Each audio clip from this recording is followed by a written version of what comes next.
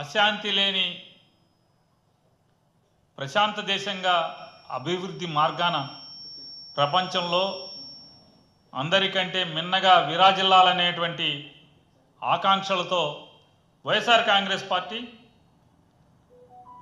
ఈ కూటమిగా ఏర్పడి భారతీయ జనతా పార్టీ, టీడీపీ, జనసేన ముగ్గురు కలిసి ఏలుతున్నటువంటి ఈ ప్రభుత్వాల్లో చేసిన రాజ్యాంగ విరుద్ధమైనటువంటి, న్యాయ విరుద్ధమైనటువంటి సవరణలను లోక్సభలోనూ అలాగే రాజ్యసభలోనూ కూడా వైఎస్ఆర్ కాంగ్రెస్ పార్టీ వ్యతిరేకించడం జరిగింది. Telugu Desam party, Bharatiya Janata party, Janasena party ఈ మూడు పార్టీలు కూడా ఎప్పుడైతే మేము వక్ఫ్ చట్టానికి, సవరణ చట్టానికి వైఎస్ఆర్ కాంగ్రెస్ పార్టీ వ్యతిరేకిస్తుంది అని చెప్పంగానే సాక్షి ఆఫీసులన్నీ కూడా వక్ఫ్ ఆస్తుల్లో ఉన్నాయి, అందుకని చెప్పని వీళ్ళు ఆ చట్ట సవరణకి అడ్డుకునే ప్రయత్నం చేస్తున్నారని చెప్పని ఒకళ్ళ మారి కబుర్లు చెప్పారు ఈ మూడు పార్టీల కూటమి వాళ్ళు. వెంటనే సాక్షి యాజమాన్యం తనకున్న ఆస్తుల మొత్తాన్ని లింకు డాక్యుమెంట్తో సహా బయట పెట్టంగానే మొత్తం మూసుకుని ప్లేటు ఫిరాయించి రాజ్యసభలో విప్ ఇవ్వలేదు వైఎస్ఆర్ కాంగ్రెస్ పార్టీ, లోక్సభలో మాత్రం వక్ఫ్ చట్టానికి అంటే 1995 వక్ఫ్ చట్ట సవరణకి వ్యతిరేకంగా ఓటు చేశారు. కానీ రాజ్యసభలో మాత్రం చట్ట సవరణకి అనుకూలంగా ఓటు చేశారని చెప్పని తప్పుడు ప్రచారానికి తెరలేపారు. దానికి ముందు విప్ ఇవ్వలేదని చెప్పారు, రాజ్యసభలో విప్ ఇవ్వలేదని చెప్పారు. వెంటనే అయ్యా దిక్కుమాలిన వాళ్ళారా, ఇదిగో వైఎస్ఆర్ కాంగ్రెస్ పార్టీ విప్ ఇచ్చింది అని చెప్పని వెంటనే విప్పును బయట పెట్టంగానే మళ్ళీ నోళ్ళు మూసుకుని ఓటేయలేదు అని చెప్పని మాట్లాడారు.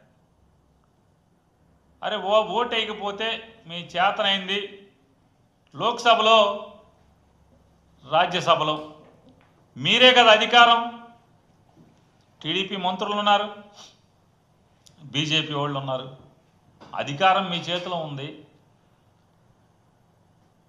మరి బయట పెట్టండి అని నిలదీసేపటికి అక్కడి నుంచి ప్లేట్ ఫిరాయించి ఎక్కడైతే ఈ చట్ట సవరణ ద్వారా, వక్ఫ్ చట్ట సవరణ ద్వారా ముస్లింల్లో, భారతదేశ వ్యాప్తంగా ముస్లింల్లో అభద్రతాభావం జీవం పోసుకుందో, అలజడి ప్రారంభమైందో, వాళ్ళు ఎక్కడైతే నిరసన కార్యక్రమాలకు మొదలుపెట్టారో వెంటనే ఎగ్గు లేకుండా తెలుగుదేశం పార్టీ, జనసేన పార్టీ ఈ ముస్లింల నిరసన కార్యక్రమాల్లో తగుదనమ్మా అని సిగ్గు లేకుండా బయలుదేరిపోతున్నారు. ఈ ముస్లింల యొక్క అలజడికి, వాళ్ళ అభద్రతాభావం మొదలవటానికి, వాళ్ళ మనోభావాలు గాయపడటానికి కారణం ఎవరయ్యా అంటే చంద్రబాబే దీనికి ప్రాణం పోశాడు. ముస్లింల వ్యతిరేకంగా, ముస్లిం మనోభావాలకు వ్యతిరేకంగా జరిగినటువంటి ఈ చట్ట సవరణలో చంద్రబాబుదే పాపపు పాత్ర అని భారతదేశం మొత్తం ముస్లిం వర్గాలన్నీ కూడా కూడైకి వస్తున్నాయి, తిడుతున్నాయి, బొమ్మల్ని చెప్పులెట్టి కొడుతున్నాయి ఈ వర్గాలన్నీ తమ నిరసన కార్యక్రమాల్లో. కానీ ఇక్కడ మాత్రం ఏ మాత్రం సిగ్గుపడకుండా, సిగ్గు లేకుండా, అసలు అంటే ఈ సిగ్గు లేకుండా ఉంటాకి ఎంత బరితెగింపు అంటే ఈ మధ్య ఎక్కడో ఒక ఎమ్మెల్యే గారు, ఆయన ముస్లిం, ఆయన మాట్లాడతాడు, ఆ ముందున్నటువంటి వేలాది ముస్లిం సోదరులకి ముందు ఆయన చెప్తాడు మైక్లో, నెత్తి మీద టోపీ ఉంటుంది, అదే మక్కా టోపీ, ఆ టోపీ పెట్టుకుని ఆయన చెప్తాడు, నేను మన మతానికి వ్యతిరేకంగా, మన మత మనోభావాలకు వ్యతిరేకంగా జరిగినటువంటి చట్టాన్ని నేను వ్యతిరేకిస్తున్నానంటాడు. నువ్వెవడు వ్యతిరేకించటానికి? నీకేం హక్కు ఉంది? పైన పాపం చేసింది మీరు. చంద్రబాబు నాయుడుకు తెలుగుదేశం పార్టీ ఓట్లు, జనసేన ఓట్లు, ఈ 2 ఓట్లు లేకపోతే ఈ చట్ట సవరణ జరిగేదా లోక్సభలో? నేను అడుగుతున్నాను, చట్ట సవరణ జరిగేదా? పైనేమో ఆ చట్టం సవరణ జరగడానికి ప్రధాన భూమికి మీది. మీరు లేనిదే ఆ చట్టం పాస్ అవ్వదు. భారతీయ జనతా పార్టీ వల్ల, మోడీ వల్ల అది అవ్వదు. ఎందుకని? వాళ్ళ ప్రభుత్వమే నడిచేదే మీ మీద.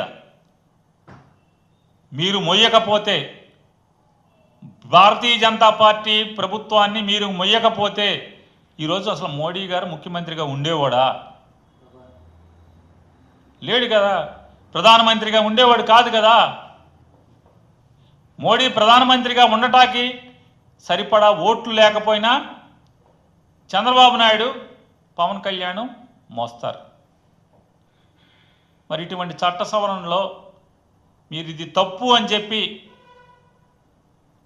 ఈ చట్టం మేము సవరణను వ్యతిరేకిస్తున్నామని కనుక తెలుగుదేశం పార్టీ, జనసేన పార్టీ చెప్తే ఇవాళ ముస్లిమ్స్కి ఈ దేశంలో ఇన్ని కష్టాలు లేవు కదా, ఈ రోడ్లు ఎక్కాల్సిన కర్మ లేదు కదా. ఇవాళ ఇంత పాపం చేసి సిగ్గు లేకుండా, అంటే ముస్లిమ్స్ అంటారు బేషరంగా ఢిల్లీలో చట్ట సవరణ నీళ్ళే చేస్తారు.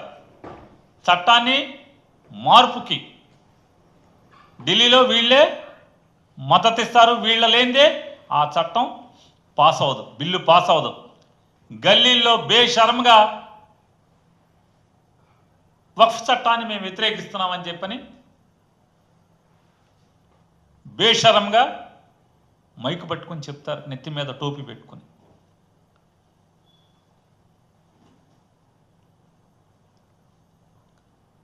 నారా లోకేష్ గారు ఆయన ఏఎన్ఐతో మాట్లాడాడు. ఏమని? YSR Congress party double standards, రాజ్యసభలో ఓటేయలేదు అని చెప్పాడు. నేను నారా లోకేష్ని ఎవరిది డబుల్ స్టాండర్డ్సా అనేది నేను కాసేపు చివరిలో మాట్లాడతాను. నారా లోకేష్ తంతు గురించి.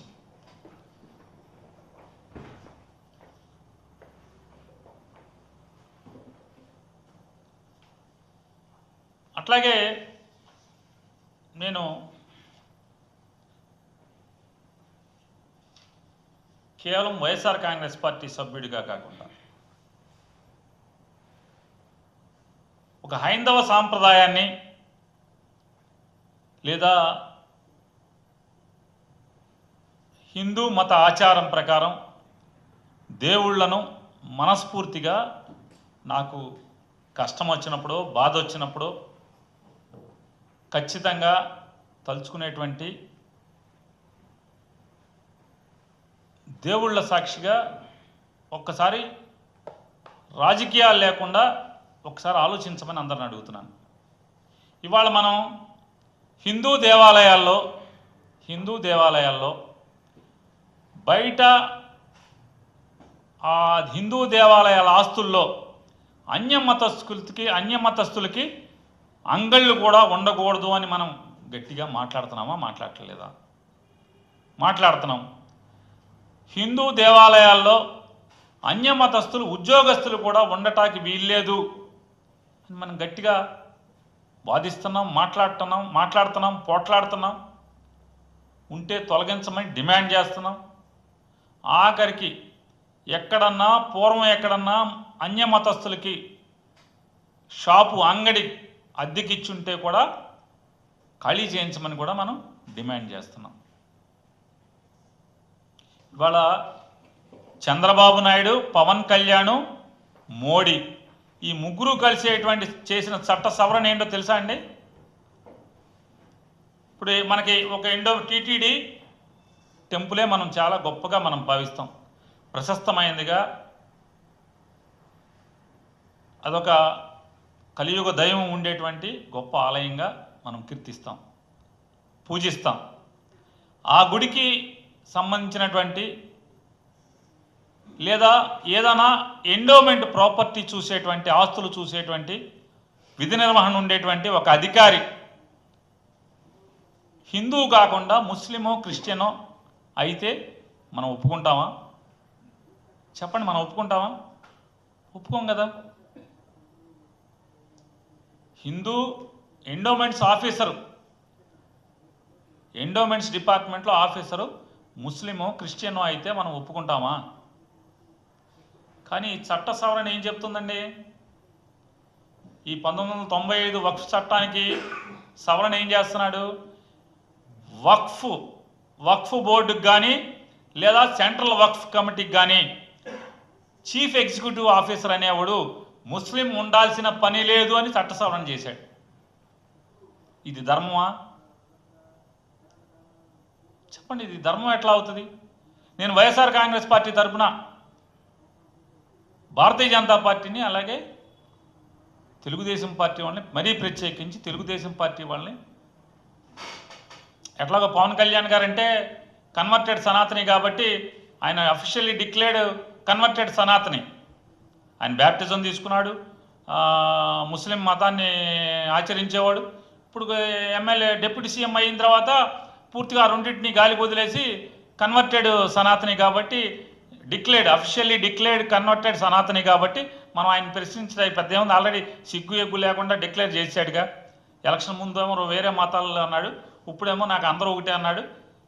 అయ్యాక కాషాయ బట్టలు కట్టుకుని hard core Sanatani, converted Sanatani అని చెప్పేశాడు కాబట్టి ఇష్యూ అదేం కాదు, దాని గురించి అతను లేదు. చంద్రబాబు నాయుడు గారిని, తెలుగుదేశం పార్టీని, లోకేష్ గారిని ప్రశ్నిస్తున్నాను, ఇది ఎలా ధర్మం? అంటే మసీదులు కానీ ముస్లింలందరూ కూడా ప్రార్థన చేసుకునే 5 పూట్ల నమాజ్ చేసుకునేటువంటి మస్జిద్ యొక్క ఆలనా పాలన, లేదా వాళ్ళు మరణిస్తే తీసుకెళ్ళి పూడ్చిపెట్టేటువంటి కబరస్థాన్ కానీ, లేదా అంటే దేవుడికి అపరిమితమైన భక్తులుగా మార్పు చెంది మనకు ఎలాగైతే స్వామీజీలాగా ఉంటారో వారిలాగే ఎవరైతే మరణిస్తారో వాళ్ళకి దర్గాలు ఉంటాయో ఆ దర్గా ఆలనా పాలన కానీ వీటన్నిటిని చూడాల్సినటువంటి బాధ్యత వక్ఫ్ బోర్డ్ సీఈఓకి ఉంటుంది. మరి ఆ సీఈఓ ముస్లిమేతరుడు ఉంటే అది సహించే విషయమా? మనం రాజ్యాంగంలో ఏం రాసుకున్నాం? ప్రతి మతానికి స్వేచ్ఛ ఉండాలి.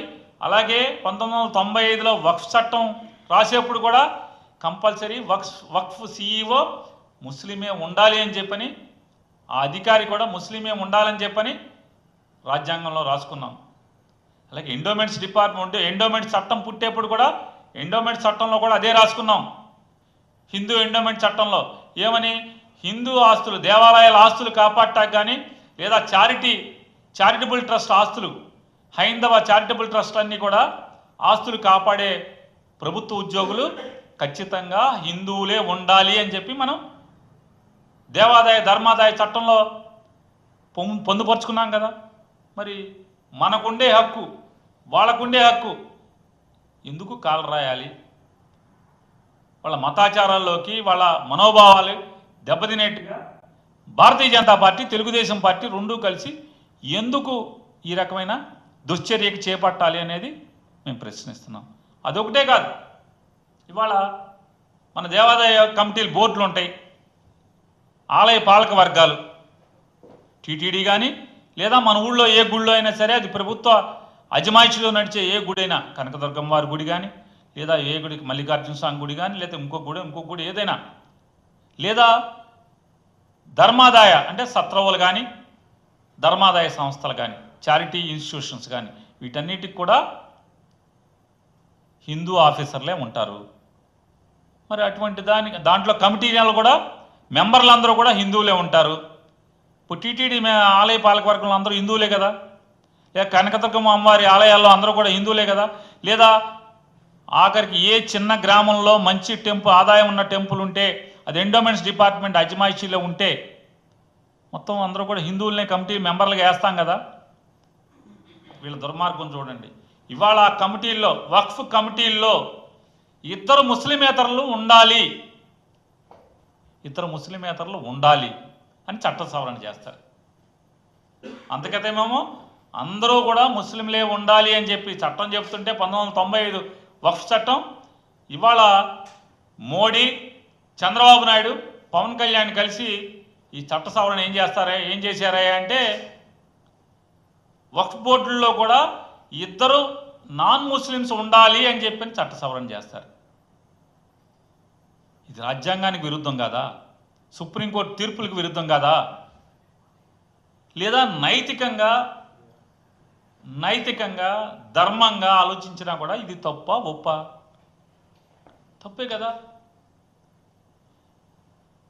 ఇది దేశానికి ఏ రకంగా ఉపయోగం అని నేను అడుగుతున్నాను. దేశానికి ఏ రకంగా ఉపయోగం? వక్ఫ్ బోర్డుల్లో ముస్లింలు కానోళ్ళు ఉండొచ్చు, వక్ఫ్ బోర్డు CEO ముస్లిం కానోడు ఉండొచ్చు, వక్ఫ్ బోర్డులో ఇద్దరు సభ్యులు నాన్ ముస్లిమ్స్ ఉండాలి, ఉండొచ్చు కూడా కాదు ఉండాలి. ఎక్కడన్నా ముస్లిం ఆస్తులు ఉంటే వాటికి సరైన డాక్యుమెంట్స్ లేకపోతే కనుక ఎప్పుడైనా ఇదివరకు సంవత్సరం లోపు మాత్రమే డిస్ప్యూట్ రేజ్ చేయాలి. ఎక్కడన్నా ఉంటే కనుక డిస్ప్యూట్ ఉంటే ఏదన్నా వక్ఫ్ ఆస్తితో ఎవరికన్నా అంటే గజెట్ డిక్లరేషన్ తర్వాత అంటే వక్ఫ్ బై యూజర్ అంటే మనం ఎక్కడైతే ఆలయాల్లోకి వెళ్ళి ప్రార్థన చేస్తుంటామో హిందూ దేవుణ్ణి పెట్టుకుని ప్రార్థన చేస్తుంటే కనుక అది హైందవ మతాచారం ప్రకారం అది హిందూ ఆలయం, హైందవ ఆలయం, దేవుడు ఆలయం. అలాగే వక్ఫ్ బై యూజర్ అంటే ముస్లిమ్స్ నమాజ్ చేయని లేదా ముస్లిమ్స్ అక్కడికి వెళ్ళి దర్గాలో ప్రార్థన చేయని లేదా వాళ్ళ కబరస్థాన్ కింద వాడుకుంటున్నా కూడా లేదా మదర్సా వాడుకుంటున్నా కూడా అవన్నీ కూడా వక్ఫ్ బై యూజర్ కింద వక్ఫ్ బోర్డు దాన్ని గజెట్ డిక్లేర్ చేస్తే అది వక్ఫ్ బై యూజర్. అట్లాగే ఎండోమెంట్స్లో కూడా ఉంది అది. అట్లాగే ఎండోమెంట్స్లో కూడా అది ఆదాయ వనరుగా ఉండి దేవుడికి ఎవరైనా దానం ఇచ్చినా కూడా అంటే దేవుడికి గిఫ్ట్ ఇచ్చినా కూడా కానుకగా ఇచ్చినా కూడా దాన్ని ఎండోమెంట్స్ డిక్లేర్ చేస్తే ఇది ఎండోమెంట్ ట్రస్ట్ కింద తీసేసుకుంటున్నాం అని చెప్పని ఆటోమేటిక్గా గజెట్ డిక్లేర్ చేసిన దగ్గర నుంచి ఆటోమేటిక్గా అది ఎండోమెంట్స్ డిపార్ట్మెంట్ ఆలనా పాలనలోకి వస్తుంది. అంటే దేవుడు ఆస్తి అయిపోతుంది.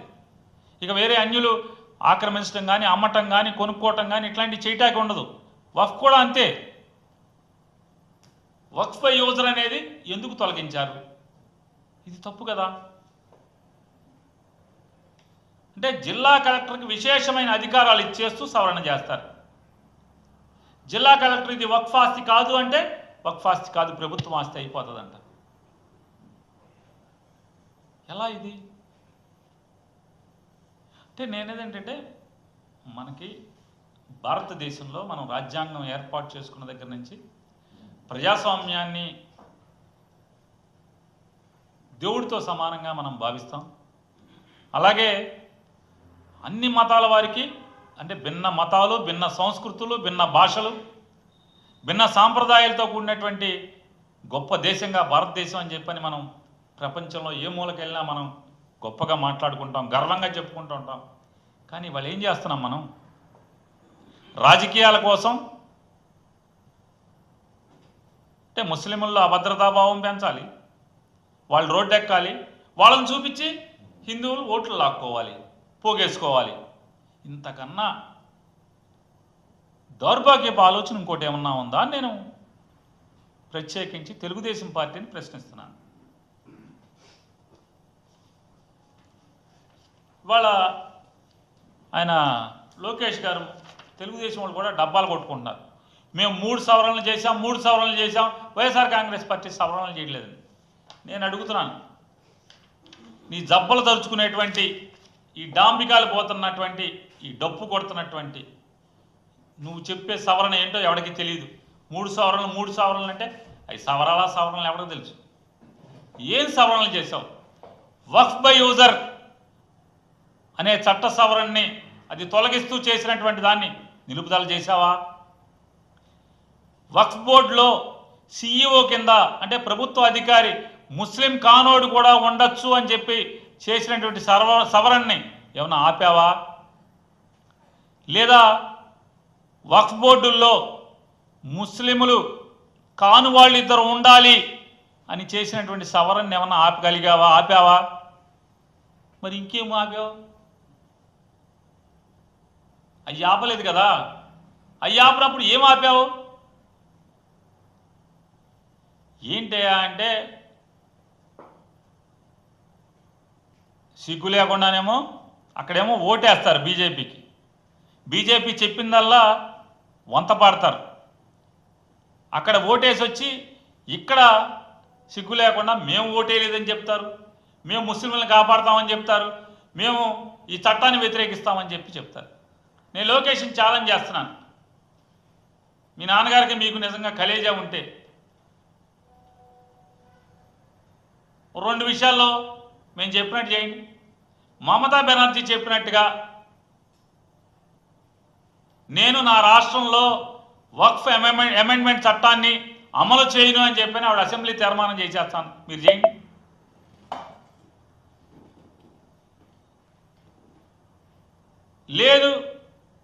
లేదు ఏదైతే మేము వైఎస్ఆర్ కాంగ్రెస్ పార్టీ మేము భావించాము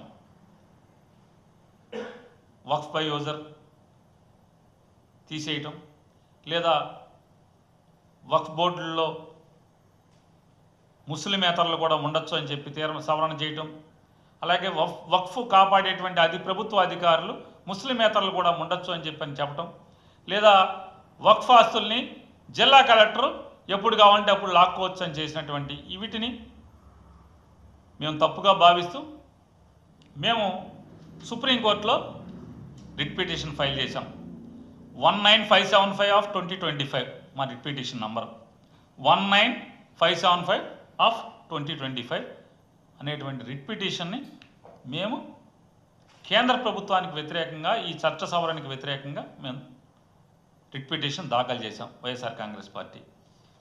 మరి మీరు దావా చేయండి, మీరు కూడా చేయండి, రండి. ఏదో చెప్తున్నారు కదా, పాప ఊళ్ళో అమాయకులైన ముస్లింలు దొరికారు, ఎందుకని ఎదురు చెప్పలేరు? మీకు అధికారం మీ చేతిలో ఉంది.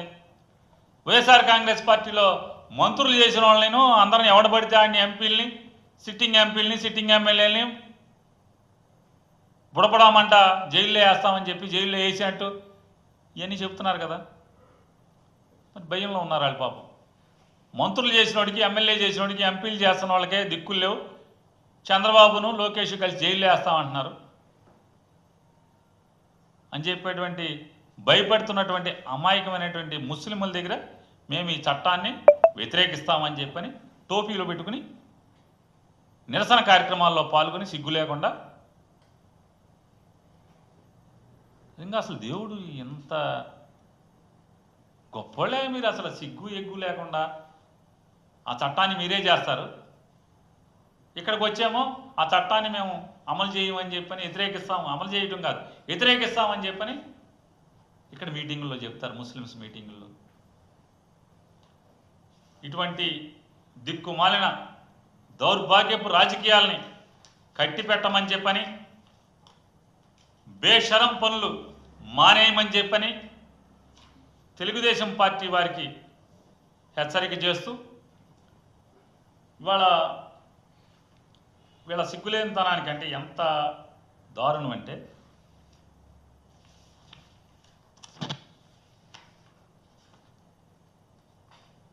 ఆంధ్రప్రదేశ్ స్టాండ్స్ నెంబర్ 2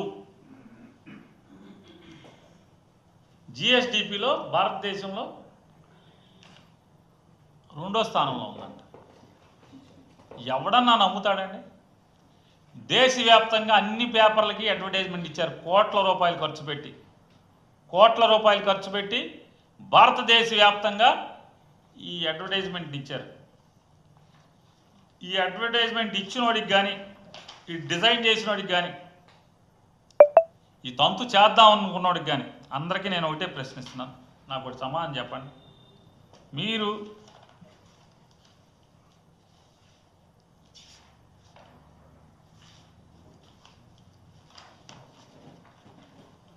నిజంగా మీరింత పోటుగాళ్లే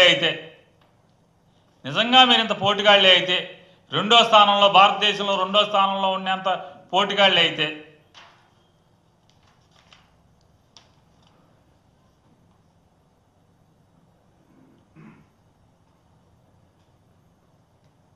పన్నుల వసూళ్ళు మీరు ఎక్కిన కాడి నుంచి పన్నుల వసూళ్లలో, ప్రత్యక్ష పన్నుల వసూళ్లలో 2% మాత్రమే వృద్ధి ఉండి 2% మాత్రమే వృద్ధి ఉండి పోనీ పన్నుల వసూళ్ళలో 2% ఏముంది, ఓ బీభత్సంగా క్యాపిటల్ ఇన్వెస్ట్మెంట్ చేసేసారండి, మొత్తం అప్పులు తెచ్చేసేసి ఆస్తులు సంపద సృష్టించేశారండి అంటే వైఎస్ఆర్ కాంగ్రెస్ పార్టీతో పోలిస్తే, వైఎస్ఆర్ కాంగ్రెస్ పార్టీ అంటే జగన్మోహన్ రెడ్డి గారి ప్రభుత్వంతో పోలిస్తే 42.78% క్యాపిటల్ ఇన్వెస్ట్మెంట్ తగ్గుదల ఉంది. 42.78% క్యాపిటల్ ఇన్వెస్ట్మెంట్ తగ్గుదల ఉంది. మరి ఎక్కడి నుంచి వచ్చింది ఈ ర్యాంకు? జిఎస్డిపి ఎక్కడి నుంచి వచ్చింది అంటే ఇంకా పెద్ద ఎత్తున అప్పులు చేయటానికి దొంగ పద్ధతులు సృష్టే ఈ నెంబర్ 2. ఇది కాదా అని నేను అడుగుతున్నాను. అంటే ఇవాళ చేస్తున్నటువంటి ఈ 10 మాసాల్లో చేసిన 1,50,000 కోట్ల రూపాయలు మీకు సరిపోక ఇంకా భారీగా ఇంకొక 5 లక్షలు 10 లక్షల కోట్లు తెచ్చేయటానికి వచ్చే సంవత్సరం ఈ తంతు కాదా అని సిగ్గుపడకుండా బరి తెగించి ఈ లెక్కలు ఎవడు ఆమోదించాడు? కాగ్ ఏమైనా ఆమోదించిందా? మీకు మీరే సొంత లెక్కలు తయారు చేస్తారు, మీకు మీరే 2 అని ఇచ్చేసుకుంటారు. ఇంకా చాలా రాష్ట్రాలు కేంద్రానికి అసలు లెక్కల పంపల. నీతి ఆయోగ్ కదా డిక్లేర్ చేయాల్సింది. వీళ్ళే ఏంటి అంటే ఇది సర్వే అంట. ఈ లెక్కలు ఎవడిచ్చాడు? 2 ఎట్టా వచ్చింది? మీకేమో పన్నుల వసూళ్ళలోనేమో 2% వృద్ధి ఉంటుంది, క్యాపిటల్ ఇన్వెస్ట్మెంట్లోనేమో 42.78 ఏమో తగ్గుదల ఉంటుంది గత సంవత్సరంతో పోలిస్తే, జగన్మోహన్ రెడ్డి గారి ప్రభుత్వం గత సంవత్సరంతో పోలిస్తే. మరి ఎక్కడి నుంచి వచ్చింది మీకు ఈ జిఎస్డిపి? ఇవాళ ఇటువంటి తంతులు చిన్నులు మోసపు ఇదంతా ఎంత దగా అంటే, ఈ దగాకోరి ప్రభుత్వం. చంద్రబాబు నాయుడు గారు ఈ మధ్య నెలకు ఒకసారి ఎవరో ఒక దళితుడి ఇంటికి వెళ్తున్నాడు ఏరుకుని. అసలు ఎంత డ్రామా అంటే, నిన్న వెళ్తా గబాల ముఖ్యమంత్రి గారు కాన్వాయ్ మొత్తం అన్ని కార్లు ఒకసారి ఆగుతాయి. మామూలుగా అయితే ఏమాలి ముందు కార్లు ముందుకెళ్ళిపోవాలి, గబాలని చంద్రబాబు కారు బ్రేక్ కొట్టంగానే వెనక కార్లు వచ్చి చంద్రబాబు కారు గుద్దుకోవటమో లేకపోతే గుద్దుకున్నంత పని చేయటం అయ్యి ఈయన దిగి గబగబా సెక్యూరిటీ వాళ్ళు వాళ్ళందరూ పరిగెత్తురావాలి, వీళ్ళందరూ పరిగెత్తురావాలి.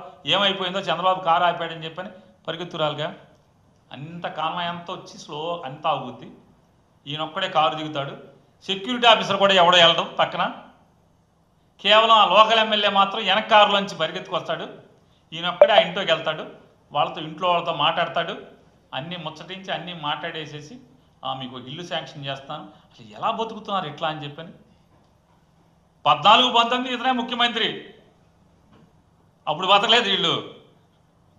మరి నువ్వేమయ్యావు అప్పుడు? ఈ రాష్ట్రానికి ఎన్టీ రామారావు గారు నువ్వు వెన్నుపోటు పొడిచి కూలదోసిన కానించి నువ్వు ఎన్నిసార్లు చేసావు? నువ్వే చెప్తున్నావుగా నేనే బాగా ఎక్కువ కాలం బతికిన ముఖ్యమంత్రిని. మరి ఇంకా వాళ్ళ బతుకులు అట్టాగే ఉన్నాయిగా. సిగ్గుపడాల్సిందే పోయి. ఇంకా నేను ఒక ఇల్లు శాంక్షన్ చేస్తాను మీకు అంటాడు. అంటే నెలకు ఒక ఇల్లు శాంక్షన్ చేస్తాడు ఒక దళితుడికి. ఇది ఎంత డ్రామా అంటే, కారులోంచి వెళ్ళేప్పుడే మావాడు గుడ్ మార్నింగ్ అని మావాడు వెళ్ళేవాడు కేతిరెడ్డి. చేపుకోపోయి మైక్ ఉండేది, ఇక్కడ మైక్ పెట్టేసుకుని ఆయన వెళ్ళేవాడు మావాడు కేతిరెడ్డి. ఇదే మైకు చూడండి, చంద్రబాబు చేతికి మైక్, చక్కాకి మైకు. ఎందుకు కొడతాండి మైకు? సడన్గా దిగెళ్ళాడు.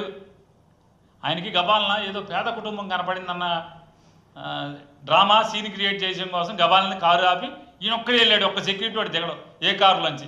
సరే వెళ్ళాడు, చల్లి చంద్రబాబుని వదిలే గాలికి వదిలేశారు, వెళ్ళాడు. మైక్ ఎందుకు ఉంది? మైక్ ఈయన ఒక్కడికే కాదు, చూడండి ఒక ఫోటోలో ఆయనతో ఇంకో కుర్రాడికి కూడా ఉంది.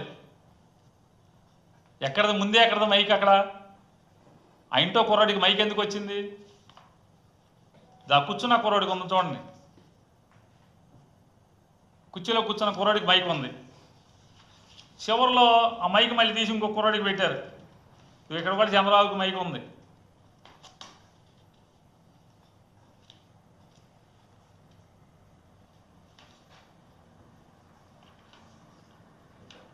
ఇక్కడ చూడండి, ఆ మైక్ మళ్ళీ మారింది, మారి ఈ కుర్రోడికి వచ్చింది, ఈ అడ్డచారల కుర్రోడికి వచ్చింది, ముందు ఇంకో కుర్రోడికి ఉంది. అంటే ఎంత ప్రీ ప్లాన్డ్ డ్రామా. మామూలుగా సడన్గా ముఖ్యమంత్రి రోడ్డు మీద కారాపి ఇంట్లోకి వచ్చేప్పటికి మధ్యాహ్నం పూట అన్నం తింటాను నేల మీద గిన్నెలో, అంత పేదరికలు అంటే ఏముంటాయి? అన్నీ అక్కడ తుడుచుకున్న బట్టలో లేకపోతే తుండో చెప్పులు అక్కడ ఉండాలి కదా. అసలు మామూలుగా ఎంత నీట్గా ఉంటుందో ఇల్లు చూడండి ఒకసారి. ఈ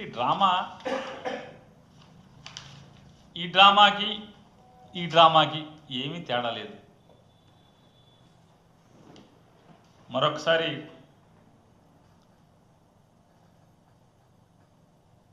మరీ ప్రత్యేకించి చంద్రబాబు నాయుడు గారికి, లోకేష్ నాయుడు గారికి, ఇద్దరికి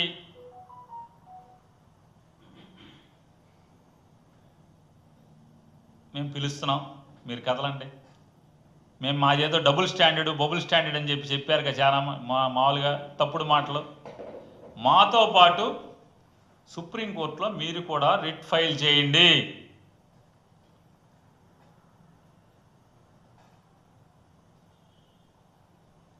ఎందుకంటే మేము చెప్పేవి ఆ చట్టంలో, కొత్త చట్టంలో వచ్చినాయి కాబట్టి.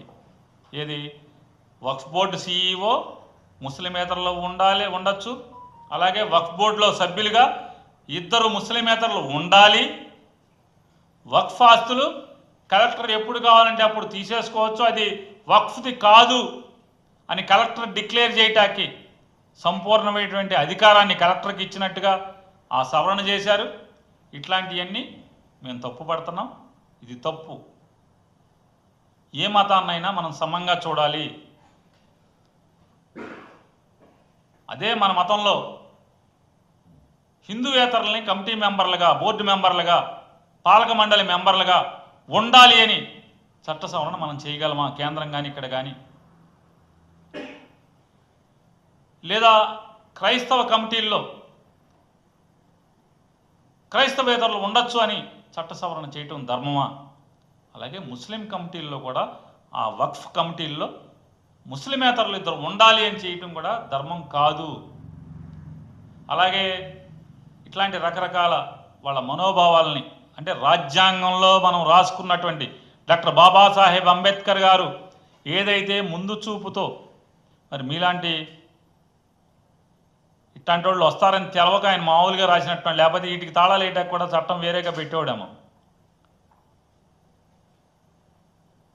ఈ రకంగా బాబాసాహెబ్ అంబేద్కర్ గారి రాసుకున్నటువంటి రాజ్యాంగానికి తూట్లు పొడుస్తూ, దానికి వ్యతిరేకంగా, సహజ న్యాయాలకు విరుద్ధంగా, సుప్రీంకోర్టుల తీర్పులకి భిన్నంగా, విరుద్ధంగా జరిగినటువంటి చట్ట సవరణ ఇప్పటికైనా పునరాలోచన చేసి వెనక్కి తీసుకోమని చెప్పని, భారతదేశంలో వ్యక్తిగత స్వేచ్ఛ, మత స్వేచ్ఛ, ప్రార్థనా స్వేచ్ఛ, ఇటువంటి తూట్లు పొడిచేదానికి ఎవరు కూడా ప్రయత్నం చేయకూడదు.